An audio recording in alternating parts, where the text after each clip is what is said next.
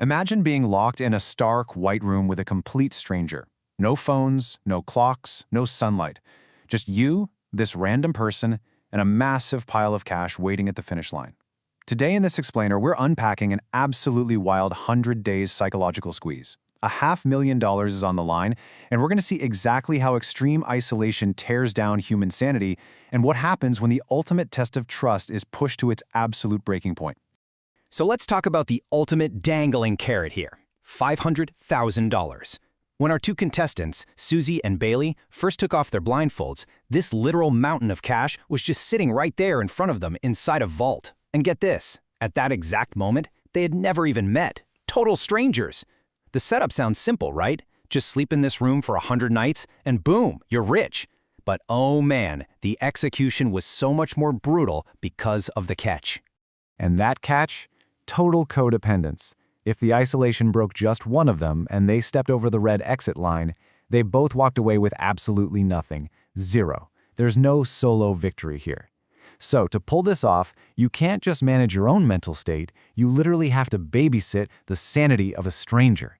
It completely flips a solo endurance challenge into this high-stakes forced partnership. Moving into Section 1, the psychological toll, boredom, blinding lights, and broken time. To understand why this was so difficult, you have to look at the room itself. This wasn't just a boring waiting room. It was an active sensory deprivation chamber. Yes, they had beds, a bathroom, and plenty of food. Though, quick side note, the food was literally just identical cans of chicken and beef. But the real torture was the lights. 24/7, blinding overhead lights beaming down. It actually became physically painful for them. Their eyes were stinging late into the night, and they had to construct these crude makeshift shields just to get a tiny sliver of darkness.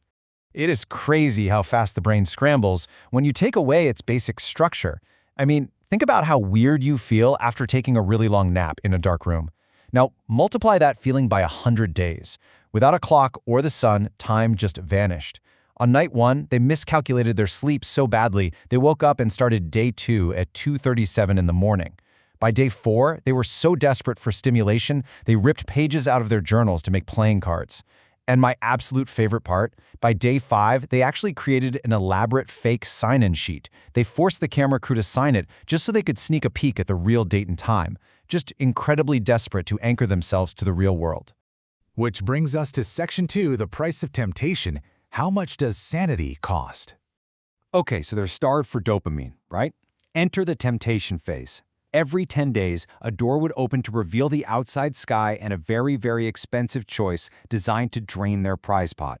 On day 10, after eating nothing but canned meat, they were offered a private chef for the rest of the challenge, for 50 grand. They actually said no. Then on day 20, dealing with serious eye strain from those brutal lights, they were offered smart beds with dimming switches, also 50 grand. And again, they held the line and rejected it to protect their money. But look, willpower is finite. By day 30, the dam finally broke. The host had been listening to them complain. Susie was dying for coffee, Bailey really wanted some spices for that canned meat, so they were offered a tailored menu. $10,000 per item. They actually passed on the spices, a Monopoly board, and even a phone call home. But they caved on a coffee machine and a set of Harry Potter books, kissing 20 grand goodbye. Honestly, seeing the pure, unadulterated joy that one coffee machine brought into that white room just proves how much the isolation was tearing them down. And then the emotional leverage really kicked in.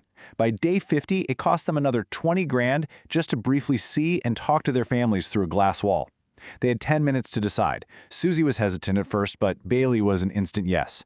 But then Susie looked at the sad little toilet paper birthday decoration she'd made for her mom and realized it was just too heavy. So they spent the money. They cried through the glass, shared a tiny slice of birthday cake, but the devastating part? Going back to that dead silent, empty cube right after that incredible emotional high was apparently the worst feeling they'd had the entire time. Section 3. Bidding for Sanity. The Mystery Box Misstep. As the weeks blurred together, the psychological warfare ramped up, preying heavily on their fear of losing the cash they'd saved.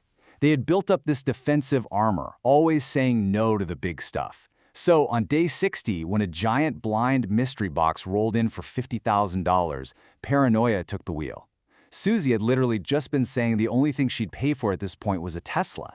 They debated it hard. Could it be a car? Nah. They convinced themselves the organizers were tricking them, and they confidently said no. And wow, talk about tragic irony. That hyper-defensive mindset literally cost them their dream cars. If they had just pushed past the paranoia and said yes, they would have opened that box to find their 50 grand fully refunded, plus 2 shiny new keys for a pair of Teslas. Just brutal.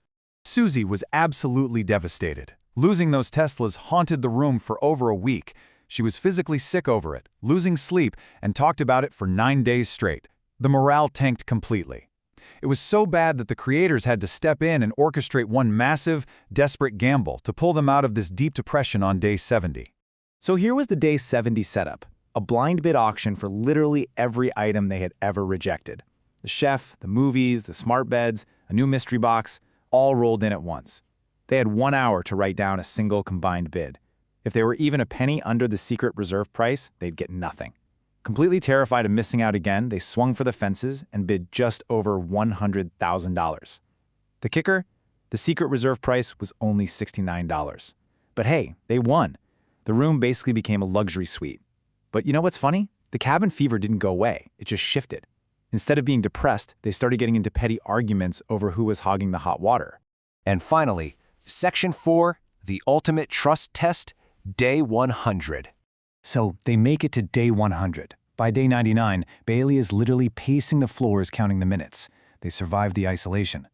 But there was one final brutal trap waiting for them. In the last moments, they were separated, blindfolded, and handed a device with 2 buttons, split or steal.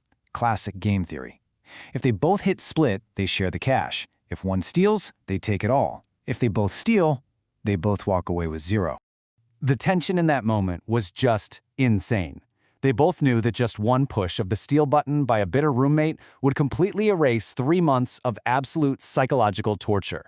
Bailey is sitting there agonizing over the fact that he could walk away with nearly $360,000 if he hit steal, but if terrified Susie might do the exact same thing. After relying on each other to survive for 100 days, it all boiled down to this one silent, blindfolded choice. But ultimately, they both chose to split. They honored their shared suffering and walked away with a life-changing chunk of change. Even after dropping over 140 grand on survival comforts, they each took home nearly $180,000. When the room flashed green to confirm they both played fair, the relief was palpable. They beat the room, they beat the temptations, and most importantly, they beat their own paranoia. So it leaves us with an incredibly fascinating thought experiment to ponder. If you were locked in that stark white room for 100 days, stripped of time, comfort, and daylight, would your humanity survive the ultimate test? Would you pay the premium just to keep your sanity? And when that blindfold finally went on, would you split or would you steal?